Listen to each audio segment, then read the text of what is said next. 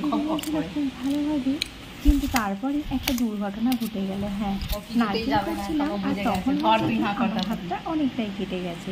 আর আজকে সকালবেলা এই যে সোনাকে খাওয়াচ্ছিলাম, আর তখন দেখুন আমার দ্বিতীয় সন্তান, আমার পোষ্য মিঠি, ও খাবে। তবে পাখিদের জানেন তো ব্রেড দেওয়া উচিত না, কিন্তু ও সেই খাবে। এই যে সোনার মাথার ওপর উঠে বসে রয়েছে, তারপরে এসে একবার আমার কাঁধে উঠছে, আমার হাত থেকে ব্রেডটা কেড়ে নিচ্ছে, ওই করছে। আর ওকে নিয়ে জানেন আমার ভালোই সময়ের কাটতে যায়। আর দেখুন এর মধ্যে আমার কাঁধে এসে বসে পড়েছে সোনারও ব্রেড অমলেট খাবে বলে। তো যাই হোক, এরকমভাবে সকালবেলা চলছিল। এবার আমি জামা কাপড় শুকোতে দেবো বলে ক্লিপের এই প্যাকেটটা নিয়েছি না, ওটা ধরে রয়েছে, ও যাবে আমার সাথে বাইরে।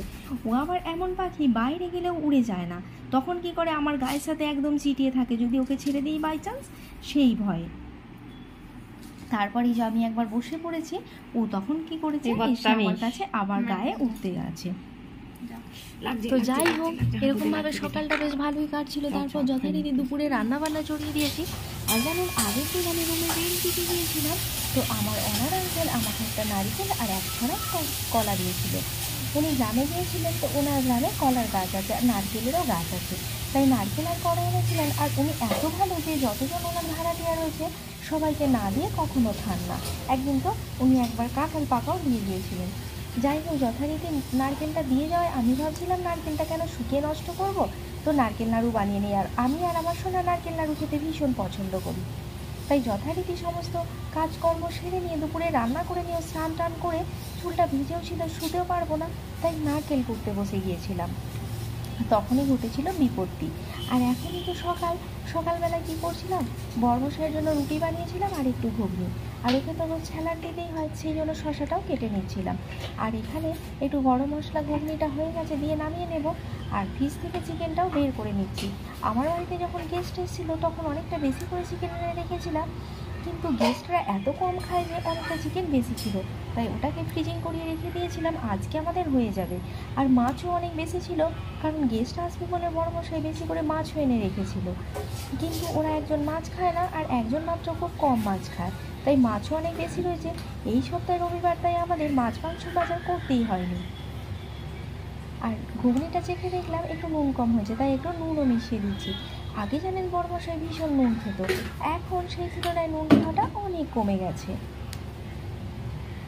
তো যাই হোক, যথারীতি ঘুগনি হয়ে গেছে। আর আগে রুটিটা করে রেখেছিলাম, বড়মশাইকে প্লেটে রুটিটা সাজিয়ে চলুন দিয়ে দিই। আর তারপর সোনা আর আমি খেয়ে নিই। আর এদিকে চিকেনটা বসিয়ে দিয়ে ঘরটা মুছে জামা কাপড়গুলো ধুয়ে দেবো, বড়মশাই শুকোতে দিয়ে দেবে বলেছে। আর স্নান করে নিয়ে নিলে আজকে খুব তাড়াতাড়ি কাজ হয়ে যাবে। এখন ওই 8:30 বাজে, আজকে 10টার মধ্যে আমার সমস্ত কাজকর্ম হয়ে যাবে। আর এই যে কাজকর্ম হয়ে যেতেই বড়মশাইকে বলেছিলাম নারকেলটা ফাটিয়ে দিতে, আর বসে পড়েছে নারকেল করতে। আর এইটা জানেন, এই যেটা আমি নারকেল করছি, এটা আমি বটি হিসাবেও ব্যবহার করি।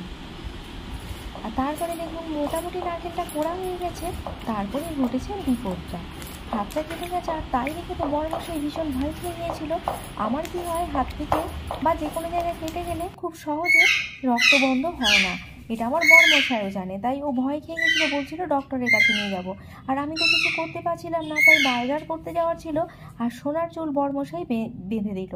তারপর যথারীতি আমি ভাতটা কুকারে করেছিলাম, আর এখানে বড়মশাই রাতের বাসনগুলোও ধুয়ে দিচ্ছে। সত্যি এখন না দেখে খুব কষ্ট হচ্ছে, এমনিতে সংসারের কাজ পারে না, তবে অসময়ে সব কিছুই করে দেয়। এরকম একটা কেয়ারিং হাজব্যান্ড থাকলে আর কি চাই বলুন জীবনে।